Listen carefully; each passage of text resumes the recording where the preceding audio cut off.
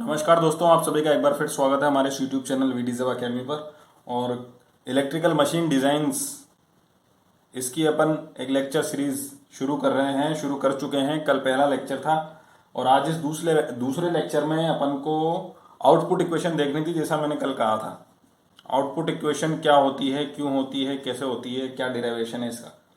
पर साथ ही साथ मैंने ये भी कहा था कि भाई 3 फेज इंडक्शन मशीन का कंस्ट्रक्शन कैसा है, उसकी कंस्ट्रक्शन डिटेल्स में मैं ज़्यादा नहीं जाऊंगा।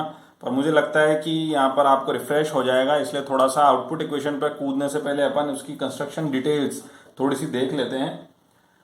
जैसा कि हमें पता है, बेसिक बेसिक बातें मैं करूँगा कि सबसे पहली बात तो 3 फेज इंडक्शन मोटर बहुत ही वर्सेटाइल है, जगह जगह यूज होती है। मैक्सिमम जगह पर टोटल मोटर्स जो आज की तारीख में इंडस्ट्रीज में या कहीं भी घरों पे छोटी मोटी वर्कशॉप्स में यूज हो रही है, उसमें 90%, 90 नहीं तो कम से कम 85% 3 फेज इंडक्शन मोटर है। चाहे वो सेंट्रीफ्यूगल पंप हो, चाहे वो कन्वेयर्स हो, बेल्ट कन्वेयर हो, स्क्रू कन्वेयर हो, कंप्रेसर हो, बहुत सारी मशीन है, होइस्ट हो, क्रेन हो, 3 फेज इंडक्शन मोटर यूज हो रही है। इसलिए इसकी डिजाइनिंग अगर आपने अच्छे से समझ ली तो आपकी नौकरी के भी बहुत सारे रास्ते खुलेंगे। आगे जाके आप जिस भी इंडस्ट्री में काम करेंगे वहाँ भी आपको फायदा मिलेगा। तो फटाफट से आगे बढ़ते हैं। सबसे पहले अपन देखेंगे कंस्ट्रक्शन डिटेल्स। आउटपुट इक्वेशन से पहले कंस्ट्रक्शन डिटेल्स के बारे में अपन थोड़ी सी बात कर लेते हैं। कंस्ट्रक्शन डिटेल्स में जैसा कि हर रोटेटिंग मशीन में अपन ने देखा है, दो चीजें होगी, एक स्टेटर और एक रोटर। स्टेटर कौन सा है? स्थिर भाग जो घूमेगा नहीं। रोटर कौन सा है? रोटेटिंग भाग जो घूमेगा, या जिसको अपन आर्मेचर भी बोलते हैं यहाँ पर। क्यों? क्योंकि आर्मेचर रोटर पर ही टॉर्क उत्पन्न हो रहा है। तो mostly 3 phase induction machine motor की तरह इस्तेमाल की जाती है, जनरेटर की तरह इस्तेमाल नहीं की जाती है। और 3 फेज इंडक्शन मशीन में अगर मोटर की तरह हम इस्तेमाल कर रहे हैं तो जहां पर आउटपुट मिलेगा, मोटर का आउटपुट क्या है? टॉर्क। तो टॉर्क जहां मिलेगा उसी को अपन क्या कह देंगे? आर्मेचर। ठीक है। अब प्रेरण मोटर की कुछ खास बातें हैं, मैं एक एक करके आपको बोलूंगा और यहाँ आप स्क्रीन पर देखेंगे, आपके वो लिखी हुई आती जाएंगी। सबसे पहली बात, प्रेरण मोटर का स्टेटर जो है वो लेमिनेटेड होता है। प्रेरण मोटर में कोई द्वि परिवर्तक, जिसको अपन कम्यूटेटर बोलते हैं इंग्लिश में, वो नहीं होता है, क्योंकि वो डीसी मशीन में रहता है। उसका कंसेप्ट अपन अलग से देखेंगे डीसी मशीन के वीडियोस में। पर ये मोटी मोटी बात है कि 3 फेज इंडक्शन मशीन में कम्यूटेटर नहीं होता है। प्रेरण मोटर में एक समान तथा कम वायु अंतराल होता है। एयर गैप की बात कर रहे हैं यहाँ पर अपन। कम एयर गैप होता है और एक जैसा एयर गैप होता है।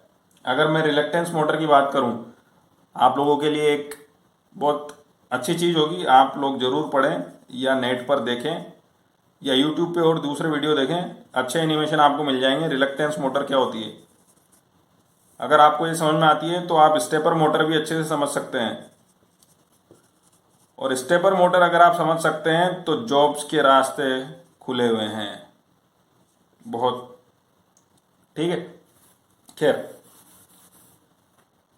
तो प्रेरण मोटर की चाल लगभग नियत होती है। नेक्स्ट पॉइंट, इंडक्शन मोटर की जो स्पीड होती है वो लगभग कांस्टेंट होती है। ठीक है। तो दो भागों की बात हो गई, ये तो चार इंपोर्टेंट बातें हो गई अपनी। और इन दो जो स्टेटर और रोटर मैंने आपको बताया है, इन दोनों में ही दो तरह के पाथ होते हैं। एक तो होता है इलेक्ट्रिक या इलेक्ट्रिकल सर्किट, विद्युत पाथ, और दूसरा होता है मैग्नेटिक सर्किट, चुंबकीय पाथ। इलेक्ट्रिकल सर्किट में तो जाहिर सी बात है इलेक्ट्रिकल करंट फ्लो करेगा जिससे फ्लक्स बनेगी, और ये फ्लक्स जो बनेगी वो जिस पाथ से फ्लो करेगी उसको बोलेंगे क्या? मैग्नेटिक सर्किट या मैग्नेटिक पाथ या चुंबकीय पाथ, चुंबकीय परिपथ। ठीक है। तो एक एक करके देखते हैं दोनों भागों को, स्थिर भाग और जो अपना घूर्णन भाग है, रोटेटिंग भाग है, उसको। ठीक है।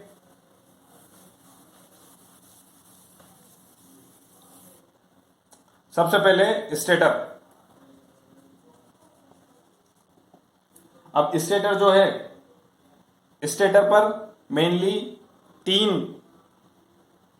हिस्से हैं स्टेटर के।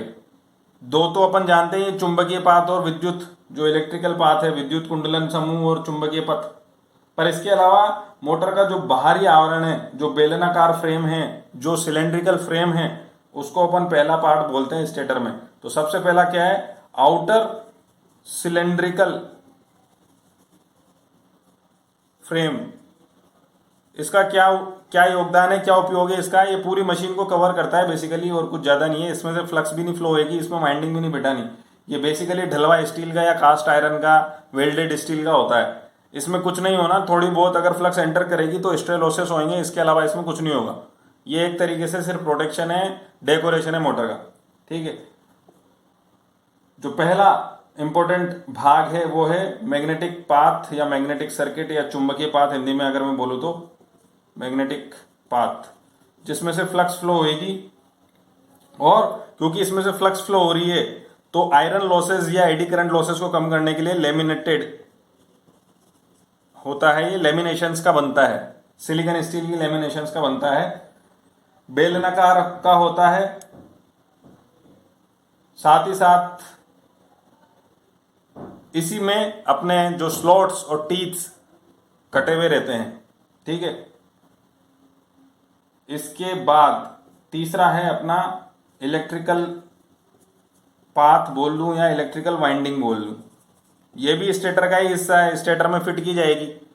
तो जो अपना मैग्नेटिक पाथ था या लेमिनेटेड कोर से जो बना है, उसमें जो स्लॉट और टीथ काटे गए हैं, उन स्लॉट और टीथ्स में अब इलेक्ट्रिकल वाइंडिंग या इलेक्ट्रिकल कॉइल्स फिट कर देते हैं।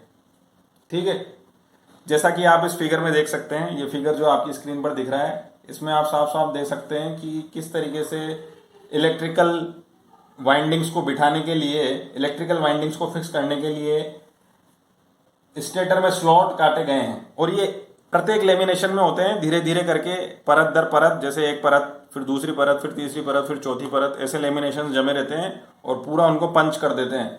आप यहाँ बाकायदा देख सकते हैं कि स्टेटर स्लॉट्स हैं, स्टेटर लेमिनेशंस हैं, और इसी के साथ इसमें रोटर का भी भाग दिख रहा है। तो आइए रोटर भी साथ के साथ देख लेते हैं। तो रोटर जो है वो भी दो तरह का हो सकता है। एक तो हो सकता है स्क्रोल केज टाइप का, और दूसरा हो सकता है वाउंड रोटर। वाउंड रोटर मतलब वाइंडिंग की जाएगी। तो रोटर की जो कोर है वो तो हो गई अपनी क्या, मैग्नेटिक पाथ। ये मैग्नेटिक पाथ में से भी फ्लक्स फ्लो करेगी,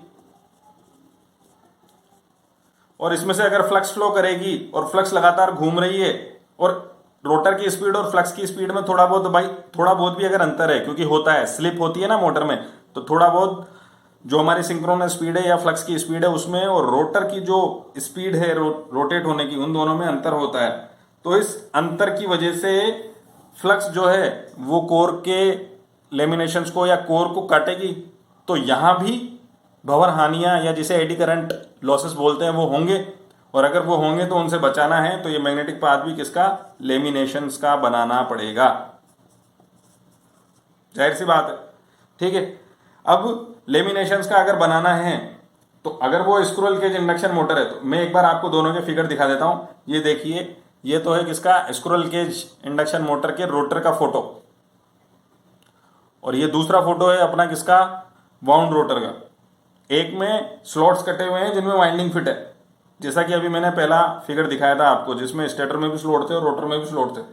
तो रोटर में स्लॉट हैं, इसका मतलब वो वाउंड रोटर है, वाइंडिंग होगी। और या फिर अगर ये इस तरह से पिंजरा नुमा है, पिंजरे की तरह है, तो वो एक स्क्विरल केज रोटर है। थोड़ा सा मैं आपको बता देता हूँ, जैसा कि आप फोटो में भी देख पा रहे होंगे, स्क्विरल केज रोटर में जो कोर होती है हमारी, कोर के खांचों में अपन एल्यूमिनियम की छड़ें, एल्यूमिनियम बार्स फिट कर देते हैं, और इन सभी बार्स को दोनों तरफ से एंड रिंग बोलते हैं जिसको, उससे शॉर्ट कर देते हैं कॉपर की एंड रिंग से। ठीक है, तो ये शॉर्ट सर्किट हो गई। इसी तरह अगर ये वाउंड रोटर है तो जो वाइंडिंग्स हम इसमें बिठाएंगे, जो वाइंडिंग हम इसमें लगाएंगे, उसको भी शॉर्ट सर्किट कर दिया जाएगा। ये आप फिगर देखिए, वाउंड रोटर का, उसके बगल में उसकी वाइंडिंग्स का। ठीक है, तो ये मोटी मोटी कंस्ट्रक्शनल डिटेल्स है जो अपन ने मात्र 10 मिनट में खत्म कर ली। अब इसके बाद आ जाता है डिजाइन पे। अब डिजाइन स्टार्ट करने से पहले या जो अपना मेन इंपॉर्टेंट टॉपिक था आज का, आउटपुट इक्वेशन पे कूदने से पहले एक इंपॉर्टेंट चीज और है। आप बोलोगे कि सर आउटपुट इक्वेशन के पहले आपने दो इंपॉर्टेंट चीज बता दी। देखो, एक तो हो गई अपनी कंस्ट्रक्शन डिटेल जो अपन ने देखी, ये आपको बेसिक इलेक्ट्रिकल मशीन्स में भी आप लोगों ने पढ़ी होगी। पर डिजाइनिंग के पॉइंट ऑफ व्यू से अगर मैं देखूं तो मशीन डिजाइन करने के लिए दो चीजें बड़ी इंपॉर्टेंट है। स्पेसिफिक इलेक्ट्रिक लोडिंग और स्पेसिफिक मैग्नेटिक लोडिंग। क्योंकि जैसा अभी अपन ने देखा, चाहे स्टेटर हो चाहे रोटर हो, उसमें दो पाथ हैं। स्टेटर हो या रोटर हो, दोनों में दो पाथ हैं, एक इलेक्ट्रिक पाथ है, एक मैग्नेटिक पाथ है। यानी कि इलेक्ट्रिक सर्किट होगा जिसमें करंट फ्लो करेगा, तो ये करंट एक लिमिट से ज्यादा नहीं जाना चाहिए और एक लिमिट से कम भी नहीं होना चाहिए। अगर कम होगा तो मशीन की परफॉर्मेंस नहीं मिलेगी, और ज्यादा होगा तो लॉसेज होंगे, हीट होगी, नुकसान ज्यादा होंगे। इसी तरह से मैग्नेटिक सर्किट में भी ना कम होना चाहिए, अगर कम होगा तो परफॉर्मेंस वैसी नहीं मिलेगी, टॉर्क नहीं मिलेगा, और ज्यादा होगा तो सैचुरेशन होगा, कोर का लॉसेस बढ़ेंगे, हीट बढ़ेगी, इंसुलेशन को खतरा है। तो इलेक्ट्रिक लोडिंग और मैग्नेटिक लोडिंग, यानी इलेक्ट्रिक सर्किट में कितना करंट फ्लो करना चाहिए उसकी भी एक विशेष वैल्यू है, और मैग्नेटिक सर्किट में कितना मैग्नेटिक फ्लक्स फ्लो करना चाहिए उसकी भी एक विशेष वैल्यू है। वही होती है specific electric loading, specific magnetic loading. और ये निर्भर करती है कि किस प्रकार की मशीन आप डिजाइन करना चाह रहे हैं उसके ऊपर। स्पेसिफिक इलेक्ट्रिक लोडिंग हिंदी में बोलते हैं विशिष्ट विद्युत भारिता, और स्पेसिफिक मैग्नेटिक लोडिंग हिंदी में बोला जाता है विशिष्ट चुंबकीय भारिता। इन दोनों की वैल्यू खास है और वो हमें पहले से पता होनी चाहिए, तब जाकर इलेक्ट्रिकल मशीन डिजाइन होती है। क्यों, ऐसा मैं क्यों कह रहा हूं? क्योंकि स्पेसिफिक इलेक्ट्रिक लोडिंग जो है उसको, पहले मैग्नेटिक लोडिंग की बात कर लेते हैं। B average, B A V से बोला जाता है P phi by pi D L. Direct formula बता रहा हूं, अभी कैसा है फॉर्मूला आगे देखेंगे। और साथ में जो अपनी स्पेसिफिक इलेक्ट्रिक लोडिंग है वो एसी से डिनोट करी जाती है, I Z Z bye pi D. और थ्री फेज इंडक्शन मोटर की बात करें तो बेसिकली ये स्टेटर की साइड की। तो ये अपनी स्पेसिफिक इलेक्ट्रिक लोडिंग हो गई, ये अपनी स्पेसिफिक मैग्नेटिक लोडिंग होगी। अब अगर मैं आपको आउटपुट इक्वेशन लिख के दिखाऊं, आउटपुट इक्वेशन बेसिक, सबसे पहले अपन ये देख लेते हैं आउटपुट इक्वेशन है क्या। बेसिकली आउटपुट इक्वेशन क्या है कि इलेक्ट्रिकल क्वांटिटीज किसी भी मशीन की और फिजिकल डायमेंशंस, जो उसकी फिजिकल मापे हैं, इनके बीच में रिलेशन है। रिलेशन, आउटपुट इक्वेशन क्या है, इन दोनों के बीच में रिलेशन है, और ये रिलेशन की मदद से अपन इसकी फिजिकल डायमेंशंस निकालते हैं। क्योंकि इलेक्ट्रिकल क्वांटिटीज अपन पता कर लेंगे, नाप लेंगे, मीटर लगा लेंगे, ठीक है ना। तो ये दोनों चीजें, स्पेसिफिक इलेक्ट्रिक लोडिंग और स्पेसिफिक मैग्नेटिक लोडिंग, इस आउटपुट इक्वेशन में आती है, इसलिए अपन को इसे पढ़ना जरूरी है। तो मैं आपको एक्सप्रेशन लिख के दिखाता हूं। बेसिकली जो आउटपुट हमारा होता है Q, उसकी इक्वेशन आती है C not D square L N S, जहां पर C नॉट है कूलिंग कोफिशिएंट, D है अपना स्टेटर का व्यास, स्टेटर का डायमीटर, L है स्टेटर कोर की लंबाई, और NS है जो इसकी सिंक्रोनस स्पीड है, मैग्नेटिक फील्ड की सिंक्रोनस स्पीड जो है वो है अपनी NS, रोटेशन पर सेकंड में दी जाती है, ठीक है। अब ये जो C नोट है, अगर मैं इसको एक्सपांड करूं, इसको खोल के आपको दिखाऊं, तो C नोट की वैल्यू आती है 11 specific magnetic loading, specific electric loading, winding factor into 10⁻⁻3।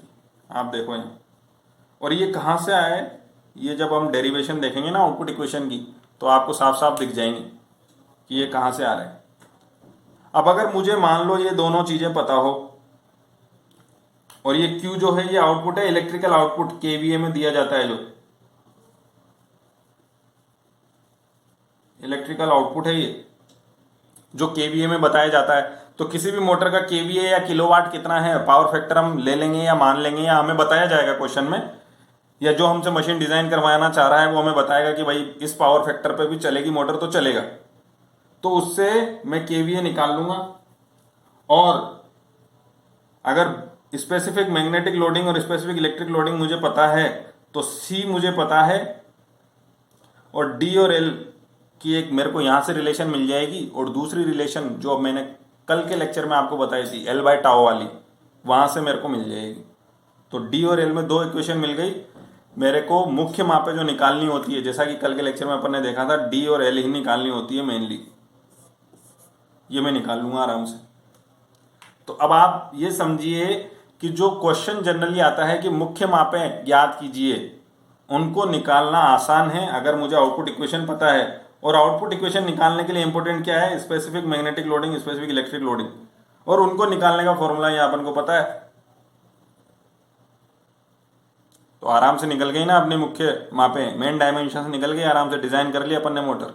तो जो कंफ्यूजिंग पार्ट हो जाता है इस पूरे सब्जेक्ट में, उसको मैं आप लोगों के सामने खत्म कर रहा हूँ। कंफ्यूजन खत्म, यानी अपन को अब क्या करना है, अपन का मकसद है मेन डायमेंशन निकालना, डी और एल निकालना।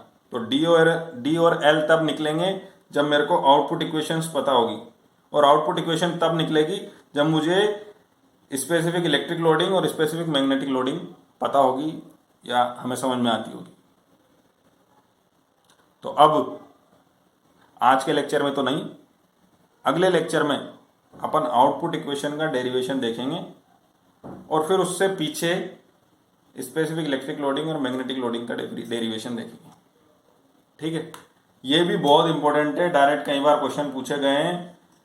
बिहार का एग्जाम हो, यूपी का एग्जाम हो, राजस्थान का एग्जाम हो, कहीं का भी एग्जाम हो,